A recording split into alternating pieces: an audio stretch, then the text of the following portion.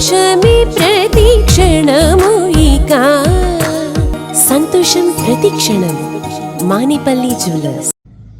వైకుంఠ ఏకాదశి అంటే హిందువులకి ఒక చాలా పవిత్రమైన రోజు. ఆ వైకుంఠ ఏకాదశి రోజు చాలా వరకు హిందూ భక్తులు తిరుపతి వెళ్ళాలి. ఆ వైకుంఠ ఏకాదశి రోజు ఆ దేవుడిది వెంకటేశ్వర స్వామి దర్శనం చేసుకోవాలని చాలా మంది అనుకుంటారు. ప్రతి సంవత్సరము చాలా వైభవంగా కార్యక్రమం జరుగుతుంది.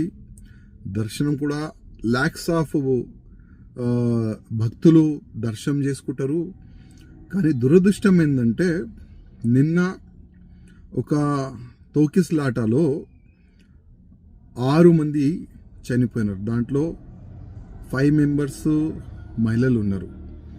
ఇంకా 48 మెంబర్స్ దాంట్లో ఇంజిట్ కూడా అయినారు ఆ తోకిస్లాటలో.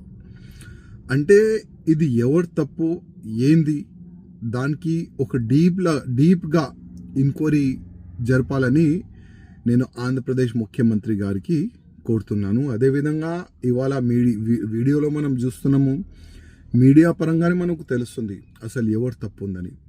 ఒకవేళ పోలీసులు సడన్గా ఆ గేటు తెరవకపోతే ఆ యాక్సిడెంట్ జరిగేది కాదని అక్కడ ఉన్న సాక్ష్యాలు చెప్తున్నారు. అసలు ఇది వాస్తవమేనా, అసలు ఎవరు తప్పు ఉంది అని కొద్దిగా డీప్గా ఎంక్వైరీ చేయాలని నేను మా నాయుడు ముఖ్యమంత్రి గారికి రిక్వెస్ట్ చేస్తున్నాను. అదేవిధంగా 6 చనిపోయినారు.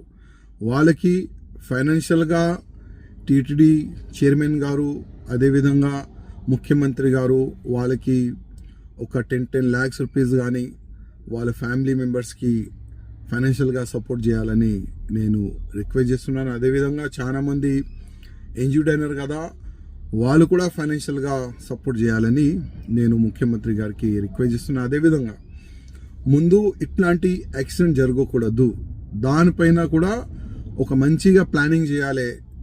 లక్షల మంది తిరుపతి దేవస్థానంకి వస్తారు. ఇవాళ ఈ ఒక్క యాక్సిడెంట్ వల్ల ముందు అట్లాంటి యాక్సిడెంట్ జరగకూడదు, దానికి ఇప్పటి నుంచే కొద్దిగా ప్లాన్ చేస్తే బాగుంటుందని నేను వ్యక్తిగతంగా మా ముఖ్యమంత్రి గారికి రిక్వెస్ట్ చేస్తున్నాను.